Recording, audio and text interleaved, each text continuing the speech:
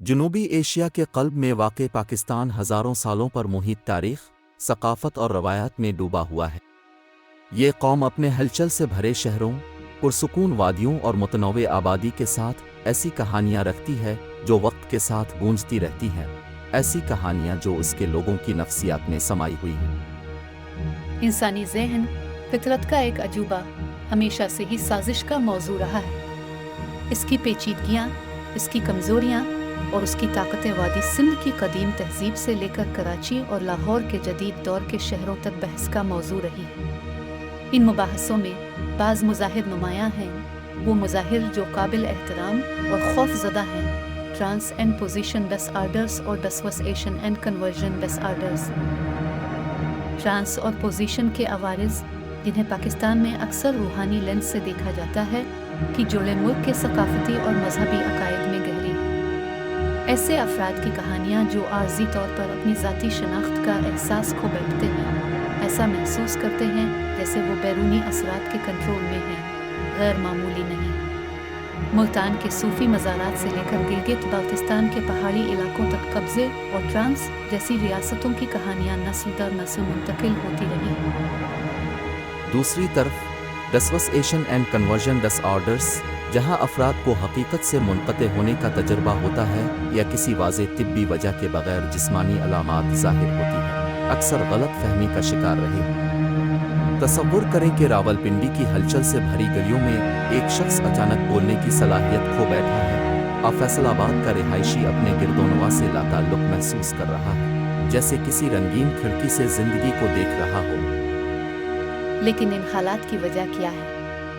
کچھ کہتے ہیں کہ یہ غیر حل شدہ صدمے کا نتیجہ ہے، جبکہ دوسرے اسے روحانی سفر امتحان کے طور پر دیکھتے ہیں۔ پاکستان میں نفسیاتی اور روحانی کے درمیان کی لکیر اکثر دھندلی رہتی ہے۔ ماہر نفسیات سے پہلے مقامی ہم مرتبہ کا روحانی معالج سے مشورہ کیا جا سکتا ہے۔ رسومات، دعائیں اور شفا یابی کے روایتی طریقوں کو اکثر جدید شفا یابی کی تکنیکوں کے ساتھ ملایا جاتا ہے۔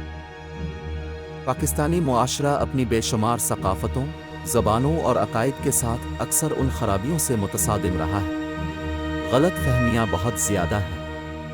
ڈرامے اور فلمیں بعض اوقات دقیانوسی تصورات کو برقرار رکھتی ہیں، جن میں جنگلی آنکھوں اور بگڑے ہوئے چہروں والے لوگوں اور تبدیلی کے عوارض والے لوگوں کو صرف توجہ حاصل کرنے کے لیے دکھایا جاتا ہے۔ پھر بھی تبدیلی افق پر ہے۔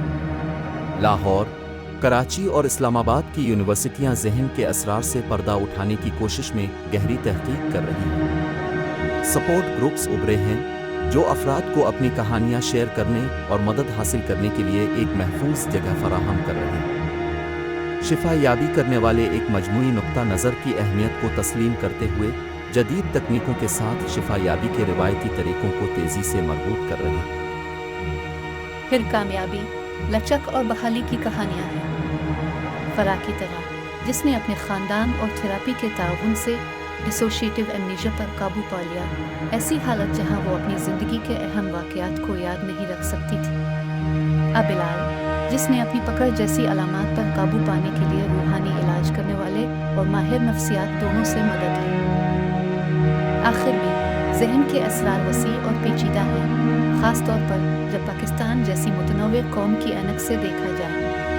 ٹرانس اور پوزیشن کے عوارض اور dissociation and conversion disorders کو سمجھنے کے لیے نہ صرف طبی بصیرت بلکہ ثقافتی، روحانی اور سماجی تفہیم کی بھی ضرورت ہوتی ہے۔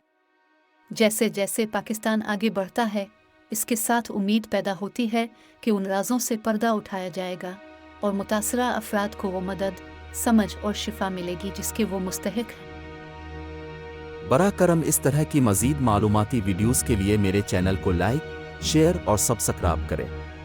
علیل حافظ۔